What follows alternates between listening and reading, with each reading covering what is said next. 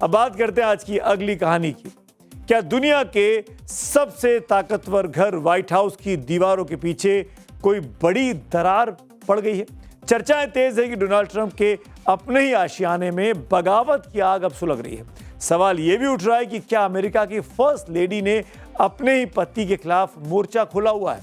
America के power corridor में इस बात की चर्चा है कि ट्रंप परिवार के भीतर कोई ऐसा बम फूटा है जिसकी गूंज सिर्फ वॉशिंगटन में ही नहीं बल्कि पूरी दुनिया में अब सुनाई दे रही है।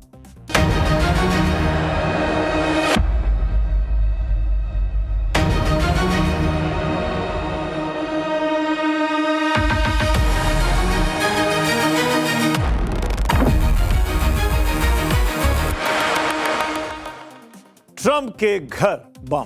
पश्चिमी एशिया में जारी जंग के साथ साथ दुनिया भर की सुर्खियों में इस वक्त एक और नाम है और वो है जेफरी एप्स्टीन का। ये वो नाम जिसने ट्रंप के राजनीतिक करियर पर हमेशा के लिए काला धब्बा बना दिया है।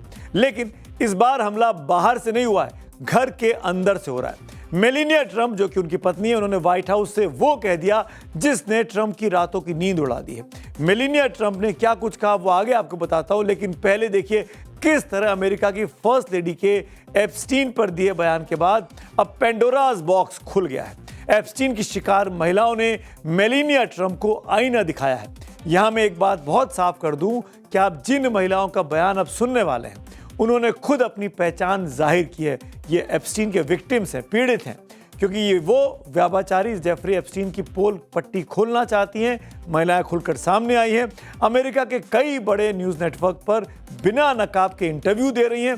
इसीलिए हमने भी इन महिलाओं के चेहरों को ब्लर नहीं किया है। इन दिनों एप्स्टीन विक्टिम जूलियट ब्रांड का एक वीडियो इंटरनेट पर आग की तरह फैल रहा है।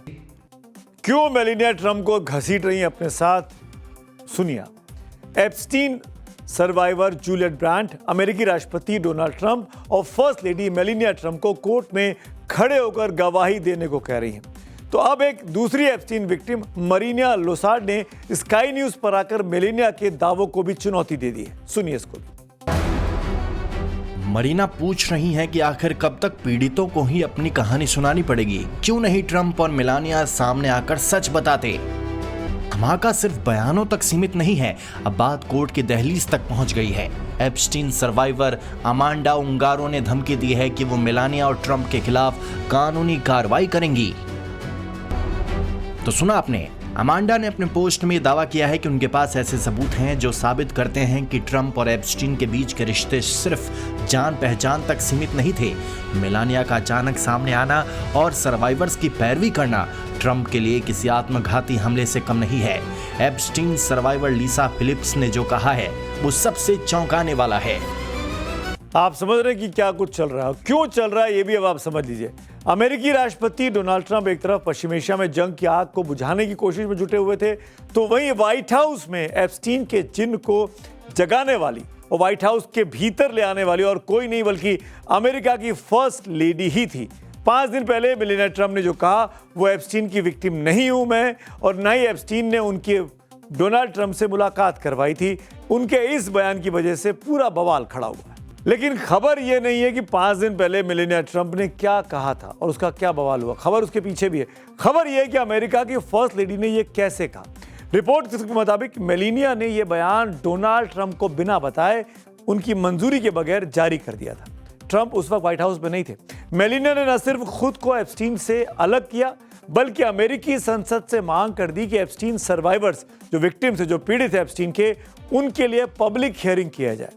मेलानिया ने एप्स्टीन विक्टिम के लिए सहानुभूति तो जताई, लेकिन अब एप्स्टीन की शिकार महिलाओं ने न सिर्फ मेलानिया को आईना दिखाया है बल्कि ट्रंप की मुश्किलें बढ़ा दी है, क्योंकि ये विक्टिम्स कह रही हैं कि हम बयान देने को तैयार है सार्वजनिक तौर पर, आप करवाइए तो सही।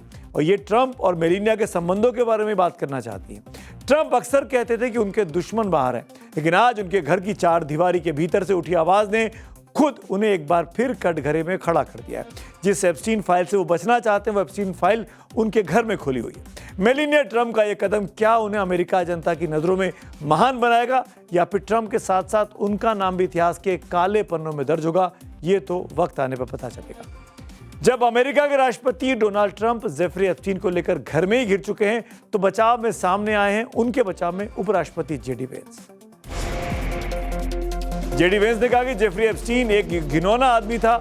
उन्होंने एक ईमेल के हवाले से दावा किया है कि एप्स्टीन ट्रंप से नफरत करता था, तो वहीं ट्रंप भी एप्स्टीन से नफरत करते थे। जेफरी एप्स्टीन का जिन्न पहले से दुनिया भर के कई नेताओं का पीछा नहीं छोड़ रहा।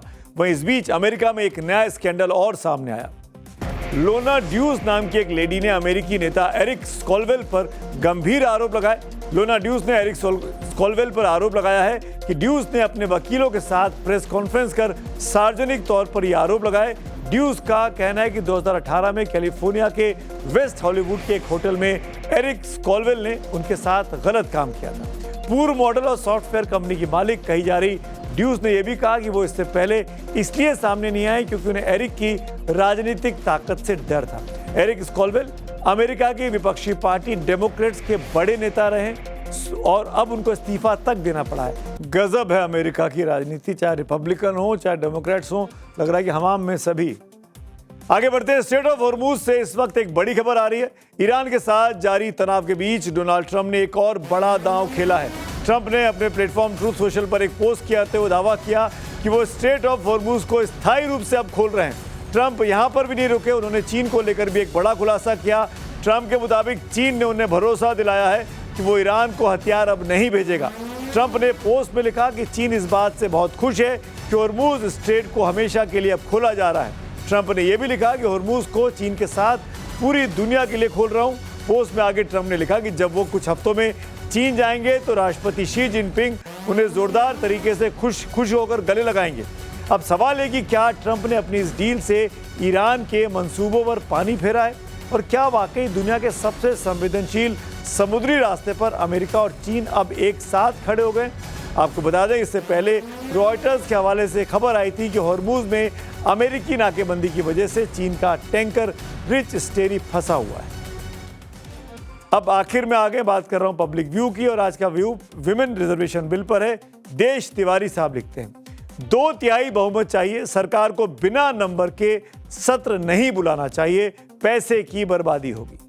विमेन रिजर्वेशन बिल पर अविनाश पांडे का ट्वीट है, महिला बिल की गूंज जोरदार पर रास्ता अब भी उलझा हुआ है। संविधान में बदलाव तय मगर परिसीमन के पेच में अटकी हकीकत। सवाल ये, कागज की बराबरी कब जमीन पर उतरेगी। तो आज मेरे साथ चक्र व्यू में इतना ही। कल शाम 6:57 मुलाकात होगी, तब तक के लिए शुभ रात्रि। जीरो हमने इन्वेंट किया, हमने बताया दुनिया को, जहां योग है वहां रोग नहीं। सबसे पुरानी सभ्यता है हमारी। गुलामी से तो और देश भी लड़े भाई, पर आजादी के लिए अहिंसा का रास्ता बस हमारा था। अपने पसीने से जमीन सींचता किसान और घर में घुसकर मारने वाले जवान, बस इसी मिट्टी ने जने। इसके हाथ ने जब थामा जज्बा तो इतिहास रचे। कदम बढ़ाए तो चांद का वो हिस्सा चूमा भाई, जहां कोई कभी नहीं पहुंचा। आज पूरी दुनिया में शान से लहरा रहा है तिरंगा, और इसके पीछे है गर्व से भरी अनगिनत कहानियां जो लिखी जा चुकी हैं और लिखी जा रही हैं, जिन्हें मैं सुनाऊंगा राष्ट्रगर्व रोज शाम 6:25 पर।